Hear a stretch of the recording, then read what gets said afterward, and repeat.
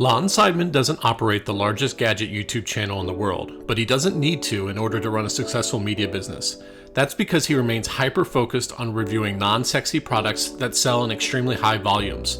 This has allowed him to build a highly lucrative affiliate business, not only on YouTube, but also on Amazon Video. In a recent interview, Lon explained his methodology for picking products to review, how he optimizes his affiliate links, and why he's spending more time posting his content to decentralized platforms. Hello, I'm Simon Owens, and this is The Business of Content, the show about how publishers create, distribute, and monetize their digital content. If you want to listen to an audio version of this show, subscribe to The Business of Content wherever you get your podcasts.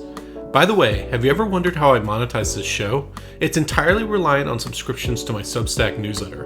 When you subscribe, you're able to book a half-hour introductory phone call with me. You also receive subscriber-only interviews with some of the world's most successful media entrepreneurs. Support the work I do here by subscribing at simonowens.substack.com. That's simonowens.substack.com. Or just Google the words Simon Owens and newsletter. And finally, if you're on the lookout for interviews with the world's most successful media entrepreneurs about how they built their businesses, then this is the show for you. So take a few moments to hit the subscribe button down below.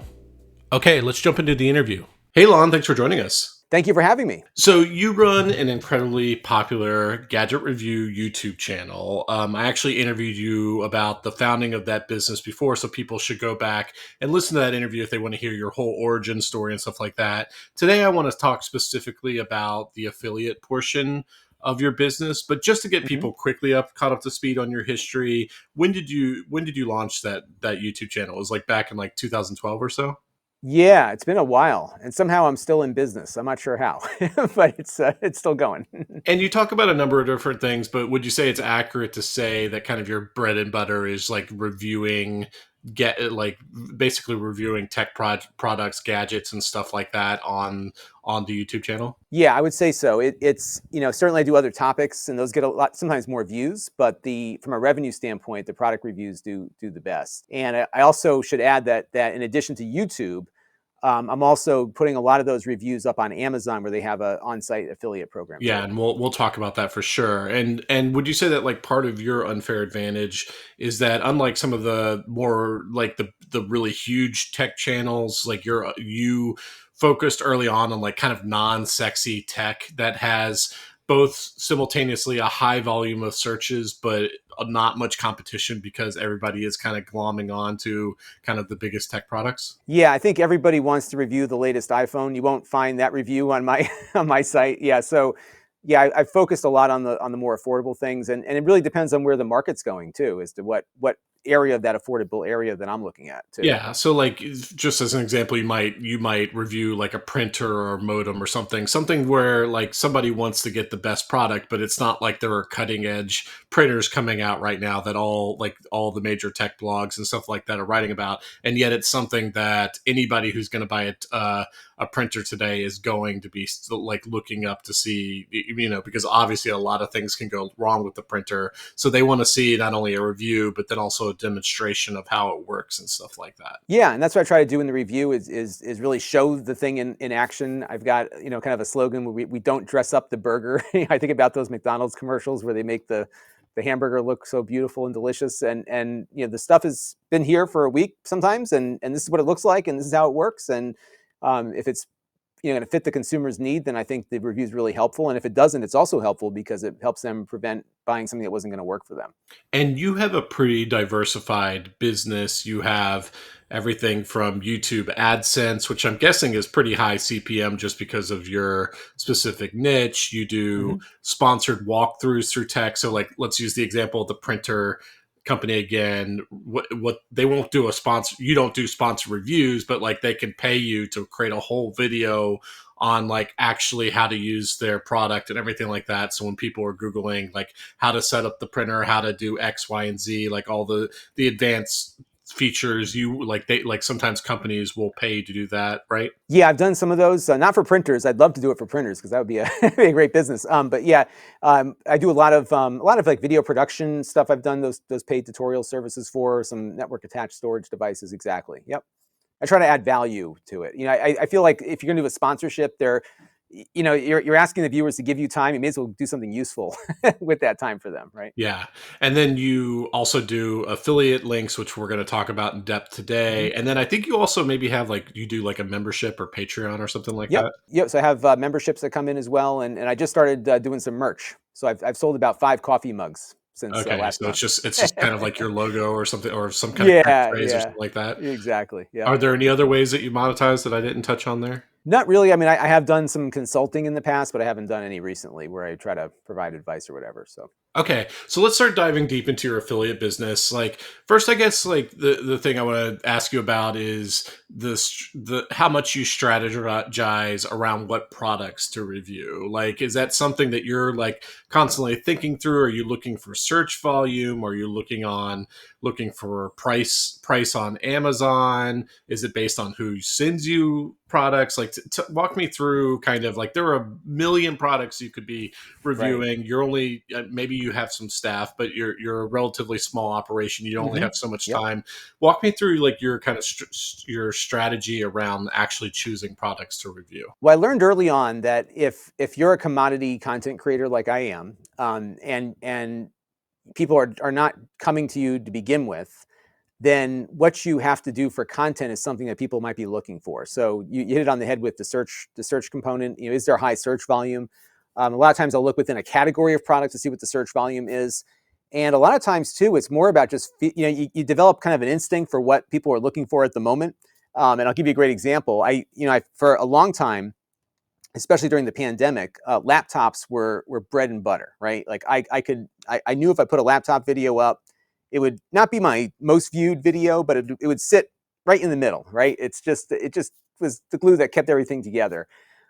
Post pandemic, where everybody has a laptop, the laptop traffic has dropped off. It's now my least viewed content is the laptop stuff, whereas just a year or two ago it was bread and butter. What's happened since is that some of these like really weird Chinese mini PCs have come into fashion again, right? So I'm seeing more interest in that area. So I'll go do a few more of those. And a lot of times that interest is gauged just by uploading a video and seeing how it performs, right? So that's one gauge. Another thing I look for though is whether or not the product is something that people are looking for. So a lot of generic stuff, if it's not all that unique or different, what's going to get a viewer to come over to that? So a lot of times it's looking for products that have a strong brand behind them, a brand that's marketed, a brand that like a printer that's in every office supply store that you go to or Best Buy. Those are the sorts of things that I look for, unless it's got some really interesting, endearing, unique kind of quality to it. I am starting to see a lot of niche hardware from very specific verticals. So like retro gaming has always got a lot of cool stuff, and there's an audience that circulates around that. But generally, for the consumer products, it's things that are well out there and well represented in the market. Do you use any tools or anything like that to track searches for products or anything? Is it all just based on kind of intuition, or are you doing specific like keyword research or anything like that? Yeah, it's mostly intuition. I mean, I'm narrowed a bit by my area of expertise as well, so I'm not going to step too far out of the consumer electronics space. I don't do medical devices, for example. I don't do makeup and other things like that too. So, but yeah, mostly I would say intuition. A lot of it driven by what viewers are responding to. So I may see something that looks neat that I think my viewers might have an interest in. If they do, great. I'll pull in some other versions of that product in the market and review those. A great example is a few months ago, I got in a little handheld. It was like a Kindle that was the size of a smartphone, but it was running the Android operating system with an e-ink display. It was a very different kind of product. And I said, wow, that's kind of cool. So I got it in and I reviewed it, and the viewers really responded to it. So that prompted me to look for other similar devices like it that might fill the same void. And with these products, obviously, they can add up to a lot of money. Are you just buying those and like writing them off on your taxes, or are you prioritizing products that are sent to you, or you doing cold outreach to the companies? Like, what's your strategy about like actually acquiring these products? All of the above. I do buy a lot of the stuff just because it's quick to get it in. And the one advantage of having a channel that's not huge but big enough is that I know I can turn it around and sell it without losing much money. And is that sell it just like how are you? Is it just listing it on like eBay, or you like have some kind of lit like email list that you're maintaining of just stuff you're giving away or selling for at a low price or something like that? So I try to self-host as much as I can because eBay takes huge fees out of it. So for many years, I've had a little open source e-commerce site running on my domain called CubeCart.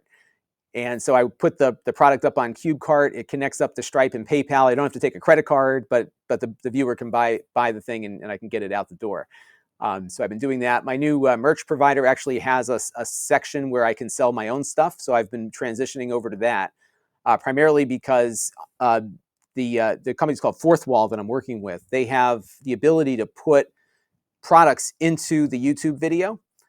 And I found that my things that I'm reselling, I can actually put into the video, and it shows up with a little thumbnail they can click on.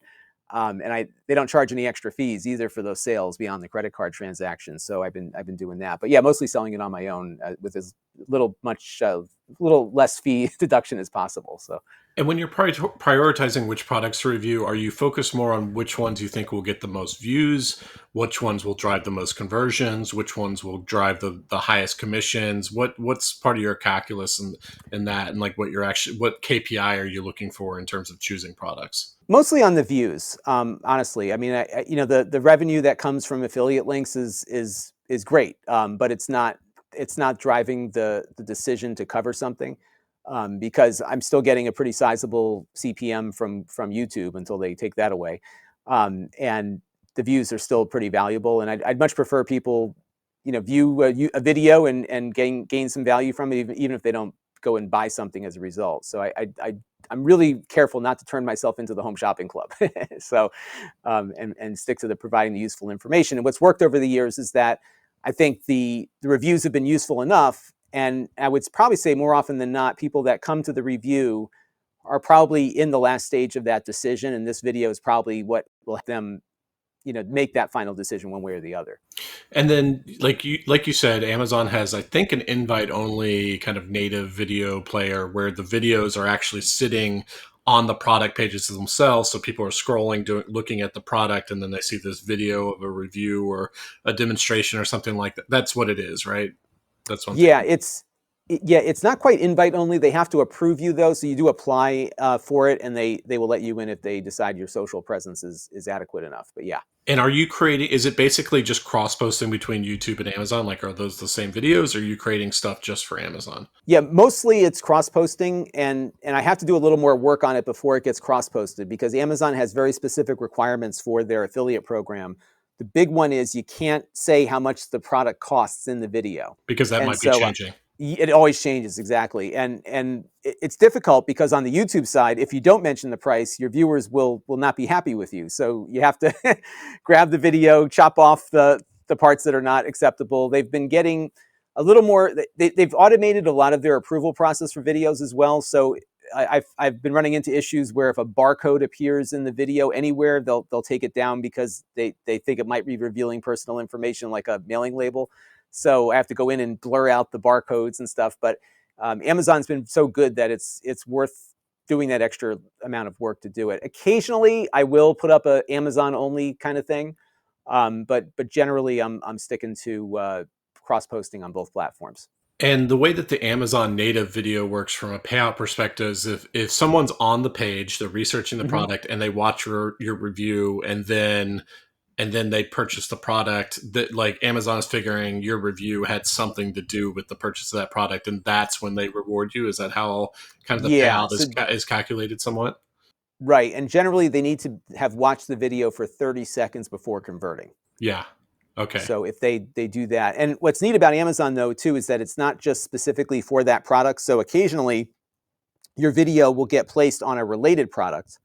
So even if so I'm often seeing things that I didn't review in my report at the end of the month because there were things that people bought with that video on a different product page. Yeah. So for the YouTube channel, I'm guessing most of the affiliate links are appearing somewhere in like the description part of the video, right? Right. Yeah. I So Okay, keep on going. I Sorry. was gonna say I put it right in the first possible spot in the video description is where I'll put the affiliate link. Yeah, and now we're gonna get into some nitty gritty stuff. Like I was looking at Mhm. one of your videos, and there was some kind of it looked like some kind of native widget that led to a Walmart landing page. Right. And then below that, in the text part where you wrote, you put a link shortener that linked to a completely different website. I think it was a direct to consumer type product and stuff like that. I guess like I'd Mhm. love to hear. Obviously, there's a little bit of sophistication there. There seems to be some kind of some native tools that Amazon is putting in versus the links you can put in. So can you like talk me through that in terms of like what how you're putting things into that widget? Is that automatically generated, or is that a partner of YouTube? Or walk me through kind of your strategy of the link in bio or the link in description type of thing. Sure. So this has become kind of an area of concern for me because in the past, YouTube would let you put your links on the description, and that was fine. They were clearly tracking how many people were getting sent out of YouTube to some other place to buy something, and they weren't getting their cut. So what YouTube did is they put together something called YouTube Shopping, which is an affiliate program that runs through YouTube. And the supposed advantage of YouTube Shopping is that, as you saw, the quality of the link is better. You're getting a thumbnail with an image. You're getting an embedded link in the video itself, as opposed to just being in the description. Apparently, there's a way, if somebody's watching on a television, a QR code pops up and it'll take the viewer over to the thing that way. And so YouTube is trying very hard to get retailers onto their platform. I'm sure they're getting a cut when they when they do join it. And so they're trying as hard as they can to make it as difficult as possible for viewers to find the link that you put up, which might be a better paying link to send them to the place that you want to send them to.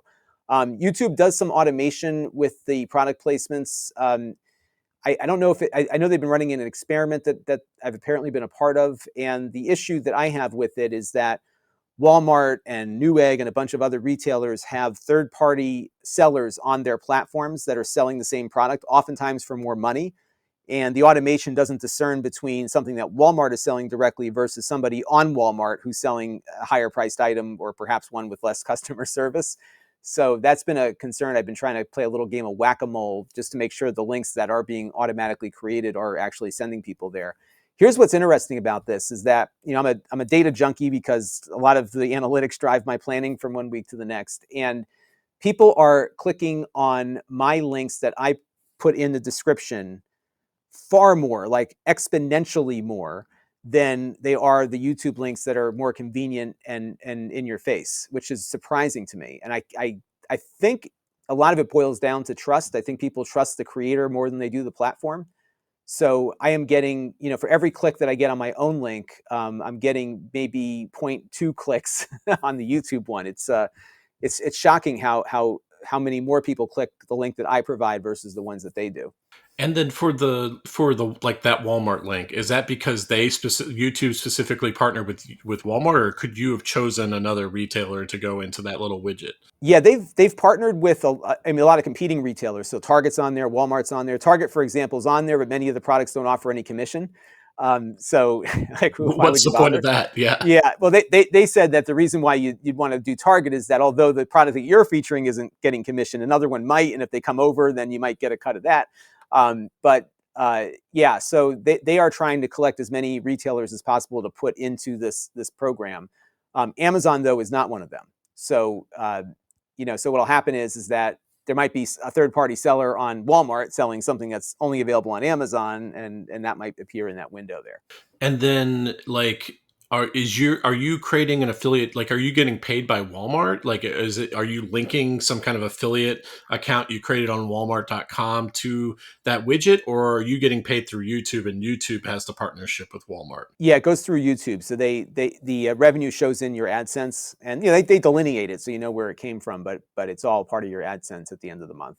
Okay, so so probably, and then based on what you're seeing, like is the payout lower than if somebody had clicked on a Walmart link within your description? I don't think so. They run promotions. It generally tracks with what you would do if you did the Walmart link on your own. That's been my experience with it. So yeah, it's jiving pretty close to the market rate, if you will. Interesting. And then, like, how much are you thinking about which retailer has the best payout versus what's the most convenient or whatever for when you're like strategizing on, at least for the links that you can control in the bio? Yeah, so for a lot of the stuff that I look at, it's almost entirely Amazon, just because that's the only place you can buy it online, at least where I could put a commission link up for. Um, there are some occasions where Best Buy sometimes has a better rate. There's an affiliate company called Howl that works with Best Buy that offers sometimes really good commissions. So I will look and see if Best Buy has something. A lot of times, what I do is I go to YouTube or Google Shopping, the search engine for shopping, and I put the product in there just to see who's selling it, and then I'll look through the list of retailers and then compare that to my list of who's got the best commission on a particular item. But generally, I don't have to choose much. A lot of times, if there is something on Best Buy and Amazon, I'll put both links in, depending on the situation. But generally, it's usually one retailer is the one that has it. Interesting, because you're just giving them the choice, saying if you already have an account on Best Buy and you trust them more, you can do this. It's not like Right. it doesn't necessarily have to be either or. Right. Yes, it Um, can be both, and you can't go wrong by offering more options. And by the way, that's one thing the YouTube thing offers as well, is that you can have multiple retailers with the same product in their system too. So. So you mentioned QR codes. Like, YouTube is increasingly becoming a lean back experience where people are Mhm. watching it on their, smart TVs through the YouTube app. And obviously with that, they can't really click on a link in a bio. So more YouTubers are starting to incorporate QR codes. Although I would guess you probably have a lower than average TV viewership than, Yes. like, just because people are coming to your videos in a different way than they would, Mhm. like, Mr. Beast or something like that. Right. Right. I'm not as cool as Mr. Beast. Yeah, generally about 80% of my traffic is search. So they're already sitting at a phone or a computer. So that's about right. Which is probably better for you because they're primed to buy, more primed to buy than if they were on their watching on their TV, I'm guessing. Yeah, and it tells me too that the information that I'm providing, I like to joke that I work for an artificial intelligence, but that's kind of the truth. And your position, whether it's YouTube search or Google search, would not be where it is unless a large number of people are finding the information you're providing useful. So that's another measurement to make sure I'm still on the right track. So it's actually good, even beyond the revenue opportunities, that my mission is to just be that guy that reviewed that thing, and I'm still primarily getting really good search results almost all the time when I put something up. But for the connected TVs, are you creating your own QR codes at all that go to your affiliate link of preference, or is you're relying 100% on Amazon to automate all that kind of stuff? Yeah, now that you mentioned, I probably should do it, but I haven't. I haven't been, no. But I might start now that you put that idea in my head. But the way those YouTube shopping links work is that it will provide that link. I'll tell you what though, I generally, people don't like to shift mediums. And I don't know how many people would actually pause the video, take their phone out, scan a QR code when they could just go and type it in quicker, right? So if especially if they're watching on a TV, they're probably far away from the television. You got to zoom the camera in. It's probably a lot quicker to pick the phone up and just do a quick search with your fingers. So, given that you're such a search heavy channel, I'm guessing that most of your affiliate links are coming from search versus people who are watching your videos when it's like just popping up on their homepage. Like, you more than any other, the average channel, like, you are relying on your back catalog as your main revenue source, at least for the affiliate type stuff. Would that be accurate to say? I would say so, although I'm surprised that every time so these mini PCs are a great example. Even if they're like, most of the people that click on the link don't buy it, but I get sometimes over 1,000 clicks in the first 2 or 3 days, from a video that at that point maybe have had 6 or 7 thousand views. And I think what happens is that my audience, and tech audiences are different than like clothing and other things that might result in a more spur of the moment kind of purchase. I think electronics purchases are still more deliberate, in that you're even a $100 computer, you're going to spend some time thinking about it. But for whatever reason, I get a ton of clicks right out of the gate of people who see the review and then go right to the Amazon page. And I think it's because they want to learn more about the product. Maybe they're thinking about buying it and just not quite ready. But whatever it is, generally I get a ton of clicks in the first couple of days of the video, and that's all from subscribers mostly.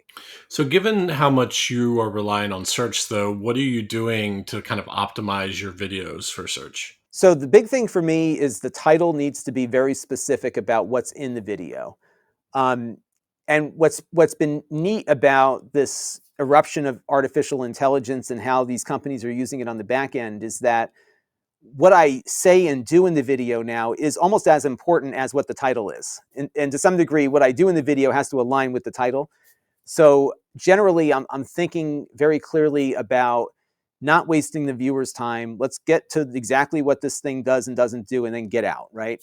Another thing that I do in the video is I put chapter markers in with timestamps, and that has also been really helpful for informing search engines too, because I'll see um, a lot of traffic. Sometimes, I remember this is years ago now, but I had a review of a printer that would automatically open up the paper area when it started printing, which I thought was a neat feature. Like, it would just open the thing up and the paper would come out. But the weird thing was it didn't close it automatically. And you had to like push against this electric motor to close the door. And I put that in as a chapter marker. And what do you know? People were searching about whether or not this door should close. And they were coming right to that spot in the video from Google search.